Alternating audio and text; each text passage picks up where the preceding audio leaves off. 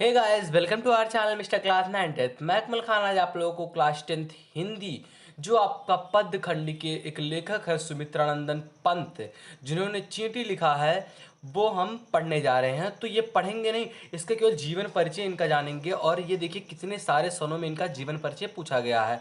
और आपका एग्जाम में जीवन परिचय 3 नंबर का आता है, जो कि एक अच्छा खासा आधा मार्क डिसाइड कर देता है, आधा परसेंट आपका डिसाइड कर देता है। तो आपके दो लेखकों के नाम पूछे जाएंगे, एक पद्य खंड से और एक गद्य खंड से, और दोनों 3-3 नंबर के आपके होते हैं। यानी कि आपका 1 मार्क जो एक 6% होता है, 6 नंबर का 1% होता है, वो आपका कन्फर्म हो जाएगा। तो सुमित्रानंदन पंत इतने सारे सनों में पूछे गए हैं, तो आशा करते हैं 2021 में भी पूछे जाएं।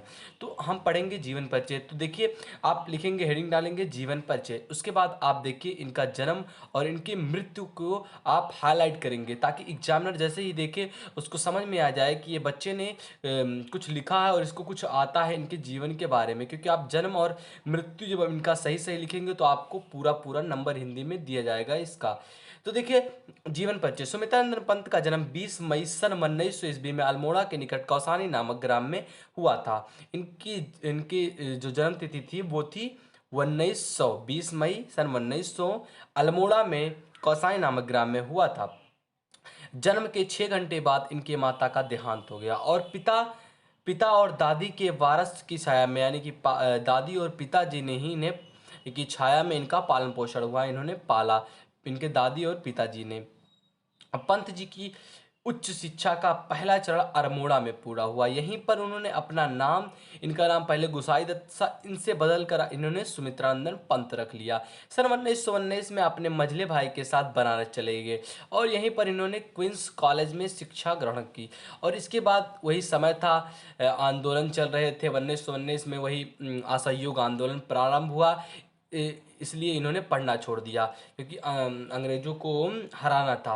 उनका जो सहयोग हो रहा था हमारे द्वारा, इनको बदलना था, सहयोग करना था। क्योंकि जब जानते हैं कि समझे कि हमारे सहयोग से ही, भारतीयों के सहयोग से ही इनका साम्राज्य खड़ा हो पाया है, यानी कि अंग्रेजों का साम्राज्य खड़ा हो पाया है। तो इन्होंने जब गांधी जी ने असहयोग आंदोलन लगाया, उनका इन्होंने पालन किया और पढ़ाई छोड़ दी।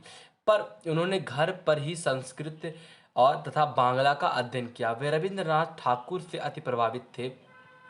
शिक्षा काल से ही पंत जी का रुझान काव्य रचना की ओर रहा, यानी कि काव्य में इनका इंटरेस्ट ज़्यादा था। इनकी मृत्यु 28 दिसंबर 1977 को हुई। इनकी मृत्यु 20 मई सन 1900 ईस्वी में अल्मोड़ा के निकट कौसानी नामक ग्राम में हुआ था, और इनकी मृत्यु 28 दिसंबर 1977 को हुआ। तो इसके बाद, इतना लिखने के बाद आप लिखेंगे इनकी रचनाएं। तो रचनाएं इनकी कौन सी थी? बीड़ा, ग्रंथि, पल्लव, गुंजन, युगवड़ी, ग्राम्या, स्वर्णिकर, स्वरधुला, उत्तरा, अंतिमा, रजस, शिखर, शिल्पी, चिताम्बरा आदि पर पंत जी की प्रमुख काव्य ग्रंथ है। अगर ये आप याद करते हैं, यानी कि बीड़ा, ग्रंथि, इस तो ये आपका 10 नंबर का शुरू में पूछा जाता है। जैसे आपको एक क्वेश्चन दे दिया जाए कि पल्लव किस कवि की रचना है, किस रचनाकार की रचना है, तो आप अगर जानेंगे कि पल्लव श्री सुमित्रानंदन पंत जी ने लिखा है, तो आप तुरंत उसका आंसर दे पाएंगे, और आपका 1-2 नंबर और क्लियर हो जाएगा। तो आप जो भी पढ़िए उसको दिमाग के साथ पढ़िए और पूरा मन इस पर केंद्रित करिए। दोस्तों, आशा करते हैं वीडियो पसंद आएगी। यदि वीडियो पसंद आए तो लाइक करना, यदि आप हमारे चैनल पर नए हैं तो सब्सक्राइब कर लें और बेल आइकन हिट करें। मिलते हैं आपसे अगले वीडियो में, तब तक के लिए जय हिंद, जय भारत।